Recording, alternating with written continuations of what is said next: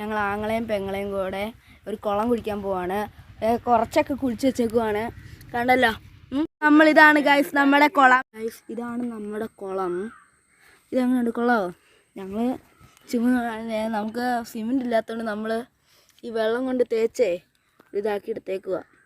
കൊള്ളാമെങ്കിൽ ഒന്ന് ലൈക്ക് ചെയ്യണേ. 1 മണിക്കൂറിന് ശേഷം നമ്മൾ ഇത് ഉണങ്ങുമ്പോൾ വെള്ളം ഒഴിക്കുന്ന കാണിക്കും. ലൈക്ക് ചെയ്യണേ. അങ്ങനെ വെള്ളം ഒഴിക്കുവാണ് പൊന്നു ചേച്ചി.